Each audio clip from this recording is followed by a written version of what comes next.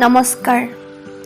আবৃত্তিৰ কবিতাৰ শিৰোনাম আহিনৰ ডলেচাত শৰত।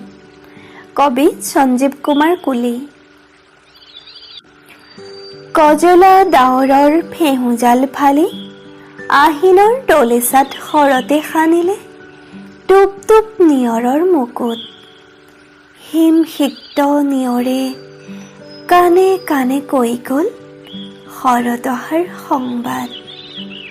প্ৰভাতী সূৰুজৰ সেন্দুৰীয়া কিৰণত মুকুতামণি নিয়ৰৰ তীৰবিৰণী। পংকিলতাৰ বিবৰ্ণ ছবিৰ পুৰণি ফালে কৃষকৰ মন আনন্দত মতলীয়া হৈ উঠে। আহিনৰ হিমসিক্ত নিয়ৰৰ পৰশত সন্তান সম্ভৱা হৈ উঠে সেউজী পথাৰৰ ডলেচা।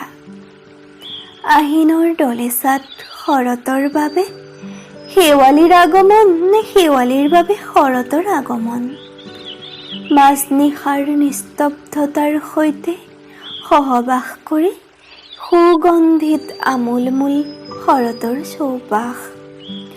আমোলমোল শেৱালিৰ সুবাসে দি যায় শৰতৰ অনাবিল সৰগীয় আনন্দ।